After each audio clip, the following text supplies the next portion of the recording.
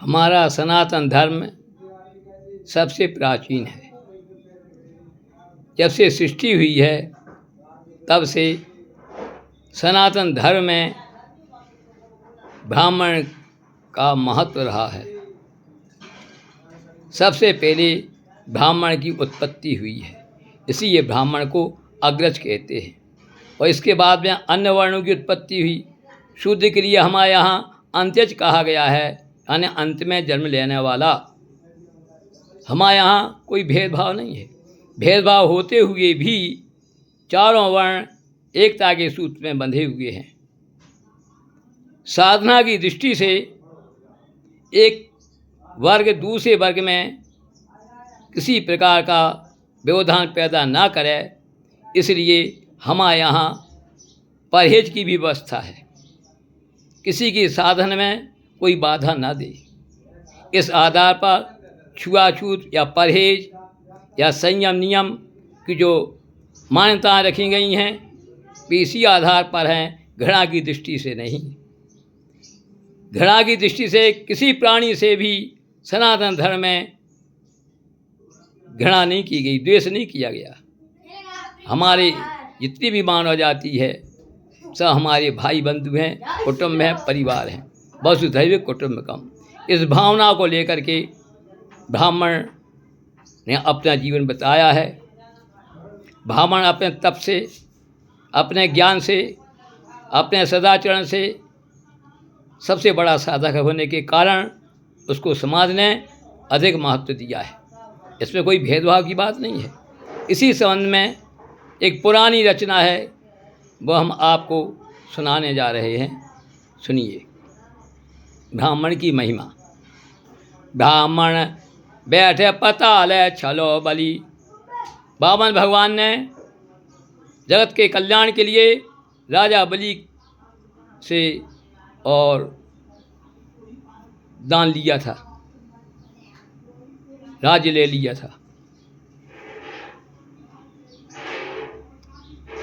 ब्राह्मण ने 60,000 कुंजारो। कपिल मुनि ने राजा सगर के 60,000 पुत्रों को अपनी दृष्टि से भस्म कर दिया था। ब्राह्मण शोक समुद्र लियो। अगस्त मुनि ने 3 चुल्लू में पूरा समुद्र पी लिया था। ब्राह्मण ने हरिवंश उजारो। भगवान कृष्ण के लड़कों के लिए श्राप दिया था दुर्वासा मुनि ने, इससे वे सब के सब समाप्त हो गए।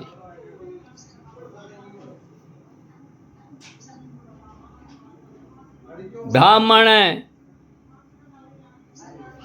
लात हनी हरि ऊपर। भृगु ने भगवान विष्णु के लिए चरण का प्रहार किया था। ब्राह्मण ने क्षत्रिय दल मारो। भगवान परशुराम ने अत्याचारी क्षत्रियों का विनाश कर दिया था। ब्राह्मण से बैर करे नहीं कोई। ब्राह्मण से परमेश्वर हारो। इस प्रकार ब्राह्मण से बैर करना इतिहास बताता है किसी के लिए अनुकूल नहीं हुआ। यहाँ तक कि भगवान भी ब्राह्मण की महिमा को मानते हैं, उनकी शक्ति को मानते हैं, और भगवान ने ही ब्राह्मण में ये शक्ति प्रदान की है। ऐसे उस परब्रह्म परमेश्वर के लिए हम नमन करते हैं, और ब्राह्मण की महिमा को समझकर लोग उससे लाभ उठावें। आज जो मुहिम चल रही है तो ब्राह्मणों के खिलाफ होती जा रही है। लोग नहीं समझते हैं जो व्यक्ति तप करेगा, तपस्या करेगा, अध्ययन करेगा, जीवन इसी में लगा देगा, दूसरों का उपकार करेगा, उसको लोग श्रेष्ठ कहते हैं। इसमें कौन सी बुराई की बात है? कोई भी व्यक्ति जो है ब्राह्मणत्व प्राप्त कर सकता है। हमारे यहाँ व्यवस्था है। ब्राह्मणत्व तो एक साधन की अवस्था है, जाति में तो बदल गई है। इसलिए ब्राह्मण को देव कहते हैं, और आज भी कहते थे ब्राह्मण देव। किसी के संग यदि वो शब्द नहीं लगता, ब्राह्मण के साथ में लगता है। इसलिए हमें बिना राग द्वेष के सबको एकत्र होकर के अपने कल्याण के लिए कार्य करना चाहिए। आपस में राग द्वेष नहीं रखना चाहिए, एक दूसरे की भावना का आदर करें। और हमारे यहाँ जो मान्यताएं हैं वे वैज्ञानिक हैं। जब कोरोना फैला था तो भाई भाई को नहीं स्पर्श करता था, यहाँ तक उनके क्रियाकांड भी नहीं करता था, बाप और बेटा में भी दूरी हो गई थी। तो इसका अर्थ क्या होता है? क्या घृणा है? नहीं, प्रेम है आपस में। मगर कुछ चीज़ों की स्थिति के कारण कोई किसी को नुकसान ना पहुंच सके, किसी के शारीरिक व्यवस्था में बाधा ना बन सके, या साधन की अवस्था में कोई बाधक ना हो, इसलिए सब में मान्यताएँ रखी जाती हैं। ये खराब मान्यता नहीं है, न इसमें घृणा है, ना इसमें कोई द्वेष है। ये कभी नहीं समझना चाहिए।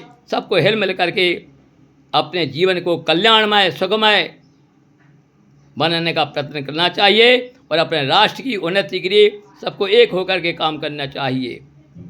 बोलिए ब्राह्मण देव की जय।